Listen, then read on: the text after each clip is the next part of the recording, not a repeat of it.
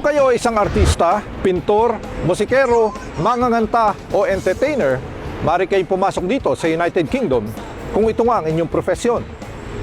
Depende sa inyong gagawin at gaano katagal, may iba't ibang visang pwedeng applyan upang makapasok kayo sa bansang ito.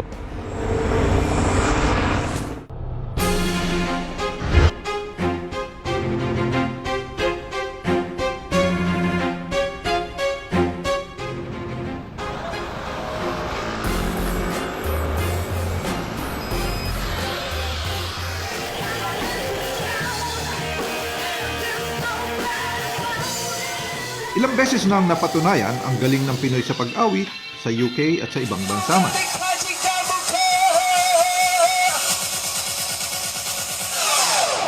Silipin natin ang buhay-buhay ng mga musikero at mga nganta na naninirahan sa UK. Paano ba sila nakapasok sa bansa?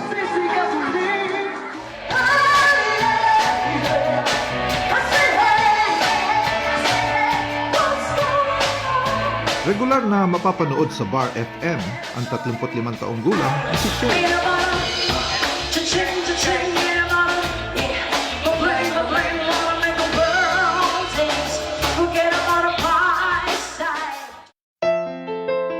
Lumaki siya sa pag-awit sa kanilang simbahan at kahit walang formal voice lessons, nahasa siya ng husto sa pagkanta. Naging wedding singer, kumanta sa mga hotel sa Maynila hanggang nakapag-abroad sa Singapore, Macau at China. Na-love at first sight siya sa naging partner sa China na siyang nag-sponsor sa kanya para makarating sa UK. Nahirapan siyang magsimula ng singing career sa UK, kaya pumasok muna siya sa retail industry. Di madali. Siyempre, maraming pagdadaanan bago mo marating yung like this, that you will have singles, album. Lumabas ang unang niyang single, Kahati Mo Ako, noong 2013. Na nasundan naman ng Without You sa ilalim ng Side Projects Productions. Pareho itong mabibili sa Spotify at iTunes.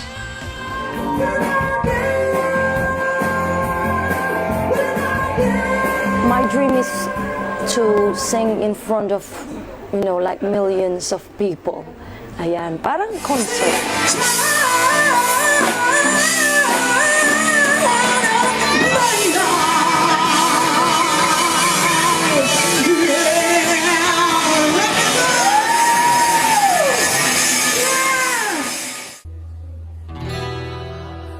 Dingin ang panawagan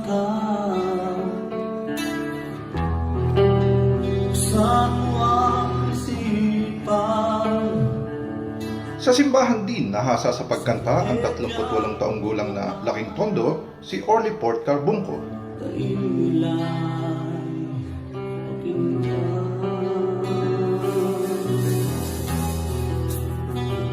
Dinala siya dito ng kanyang butihing ina noong 2006 at nakakuha ng 5 taong work permit bilang isang carer.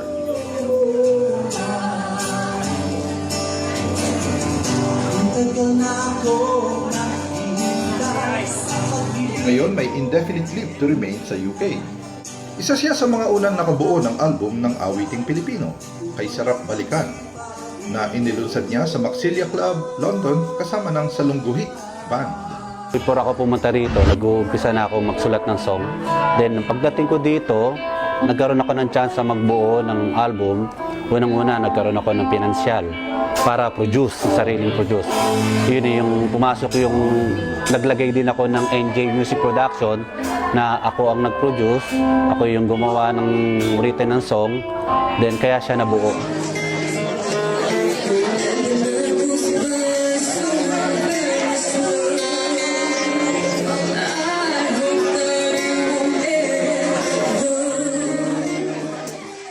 Iba raw ang musika sa Pilipinas, lalo na ang OPM o Original Filipino Music. Malaki yung pagbabago. Unang-una yung tunog. Dati, OPM Classic. Ngayong lumilipas yung mga panahon, isa nga nawawala na yung pinaka-classic eh. Nagkakaroon ng retro, R&B o techno. Pero sa ngayon naman, nakikita ko kahit ganon, sumasabay pa rin yung original Filipino music natin dito.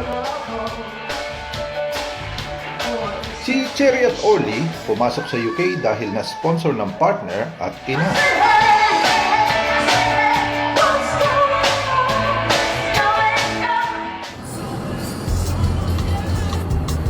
Tingnan naman natin kung paano nakarating dito ang ilan nating kababayang musikero.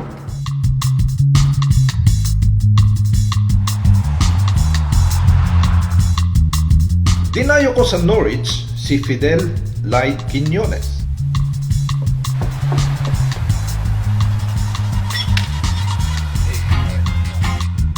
Isang tattoo artist at vocalist ng Crosswind Band.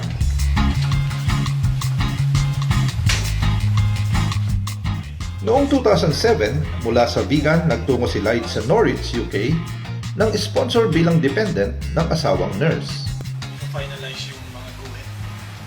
Nag-start po ako sa hospital, sa Norfolk and Norwich Hospital, which is cleaner for probably good 6 months. Okay. Tapos nag-apply ako sa CSSD, which is sterilization department. Doon medyo tumagal-tagal ako. Looking back the years when you're still living here with me. 2008 nang maging vocalist si Quiñones ng Crosswind Band. Noong una, kalimitan nilang ginagawa ay cover songs. More than before. I need you now. Ngunit isang araw, napag-isipan nila na nais nilang makilala sa sariling mga kanta.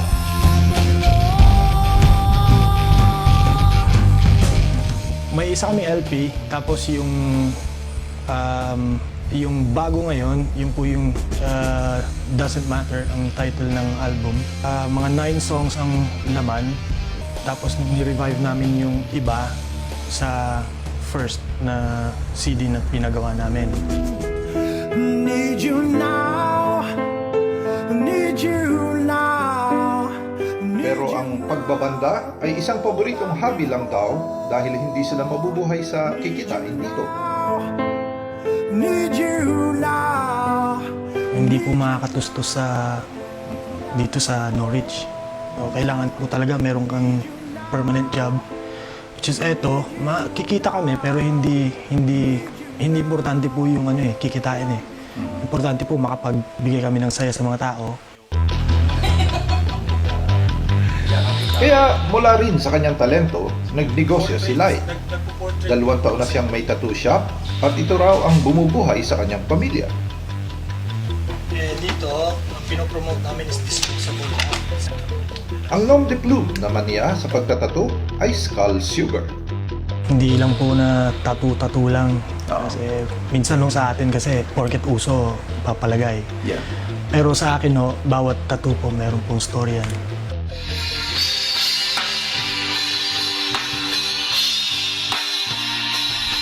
Noong panahon ng Typhoon Haiyan Relief, tumata ang grupo ng isang kanta, The Light, at pinatugtog ng BBC Radio. The band are called Crossed Winds, and this track is called The Light.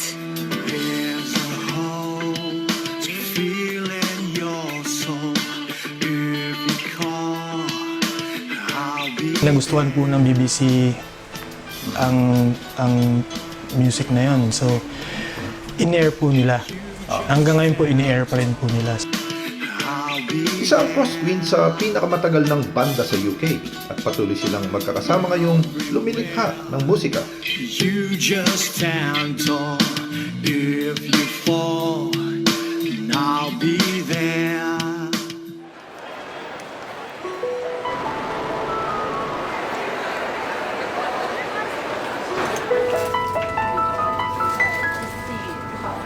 Siya lang sa mga musikerong na-interview ko ang nakarating sa UK sa pamamagitan ng work visa bilang singer.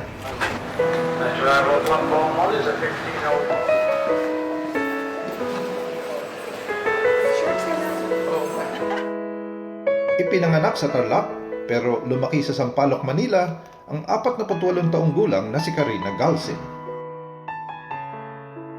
Nag-aaral siya noon ng Fine Arts sa Far Eastern University nang manalo siya ng singing contest. Price nun, libreng isang semester. Pero hindi ko na pinasukan kasi inalok na ako ng banda na biyahe agad sa Indonesia. Yun. So, tinrain lang kami ng 2 months and then straight na yun. From there, 1988, diretso na yun na nagbiyahe na ako. Hindi na ako bumalik sa school. Mula 1988 ay naglibot na siya kasama ng Click Band bilang soloist sa Indonesia, Singapore, Abu Dhabi at Bahrain at ilang taon ding nagtigil ng Japan.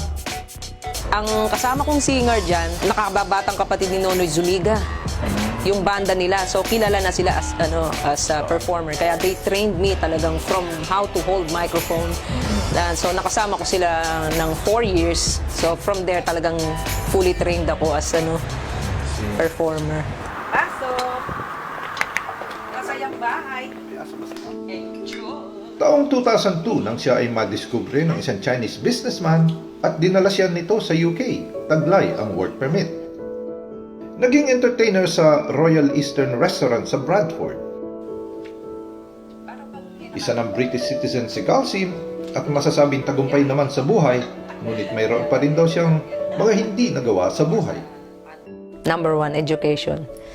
Kasi ang bumuo sa utak ko nung bata ako, kumanta.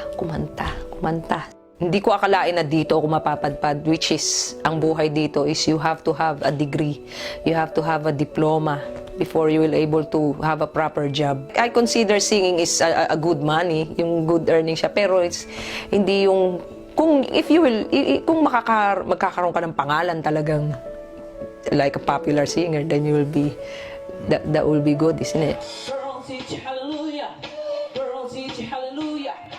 Ayon kay Galsim, nagiging masaya talaga siya kapag hawak niya ang mikropono. Hindi pa natatapos yung pinakamasaya. Nangyayari yun every time I hold microphone, every time I make people smile, every time I sing, every time I perform. Yun siguro yung pinakamasayang nangyayari sa buhay ko na hindi pa tapos hanggang ngayon.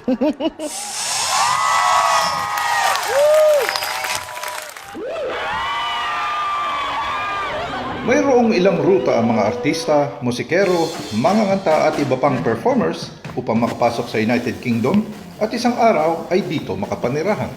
Karamihan sa kanila ay nagpupunta dito para lamang mag-perform, halimbawa sa isang event, tulad ng Barrio Fiesta o konsyerto.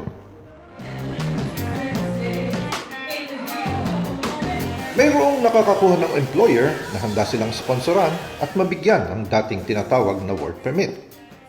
At mayroon din namang ginagamit ang kanilang reputasyon upang dito na manirahan at dito na praktisin ang kanilang artistic profession. Kung may klipo lamang ang inyong ititigil dito at hindi lalampas ng 1 buwan, maaari po kayong mag-apply ng permitted paid engagement visa lamang.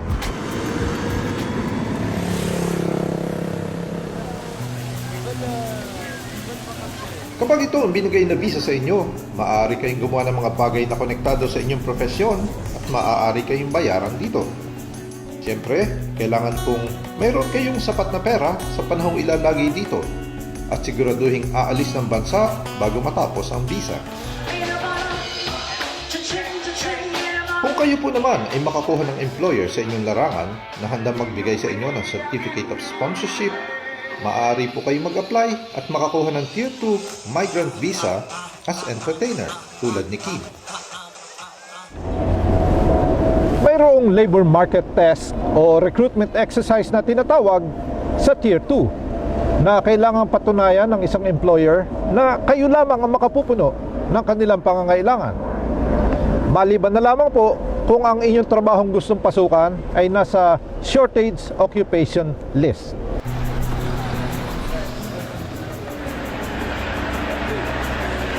Sa kasalukuyang shortage occupation list, ang mga sumusunod na posisyon ay hindi nangangailangan ng labor market test. Una, artista sa kategoryang animator sa film, television, and video games. Ikalawa, dancer at choreographer sa ballet at contemporary dance. Ikatatlo, musician sa orchestra. Ikaapat, arts officers, producers, at directors. Ikalima, graphic designers. Ang isa sa pinakamagandang pasukan ay ang tinatawag na Tier 1 Exceptional Talent, kung ang inyong talento sa sining at kultura ay kinikilala na sa daigdig. Ibig sabihin nito, meron na kayong pangalan at isa na kayong eksperto sa inyong napiling larangan. O dili kaya'y meron kayong potensyal na maipakitang magiging isang pinuno sa daigdig bilang eksperto sa inyong larangan.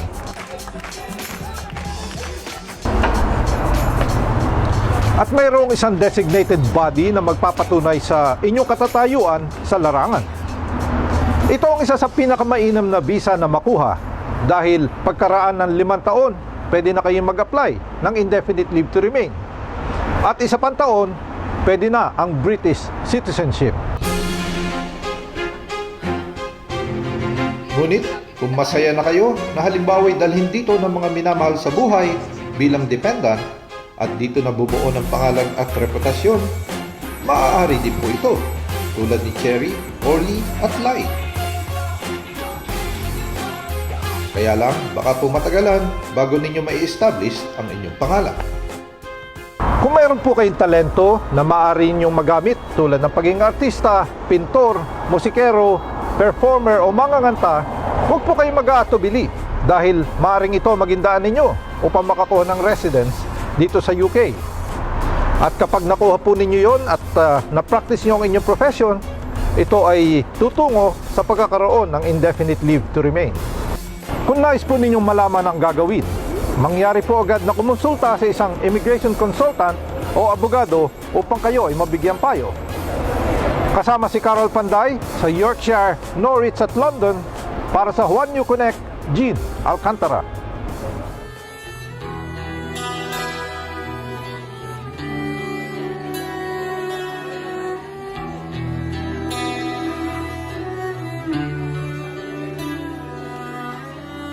Ng panawagan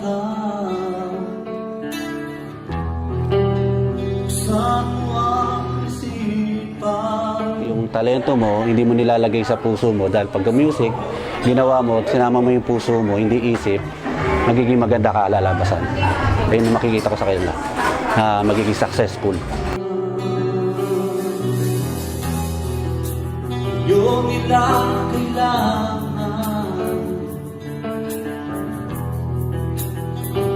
tulong kaibigan. Kasama namin kayo sa pagkonekta sa mga Pinoy sa Europa. Dahil ang kwento ng mga Pinoy sa Europa ay kwento ng mga Pilipino sa iba-ibang sulok ng mundo. Kwentong mag-iiwan ng aral, ngiti at pag-asa. Ako si Danny Buenafe. Ako si Rose Eclarinal. At Jean Alcantara po. Hanggang sa muli sa One You Connect.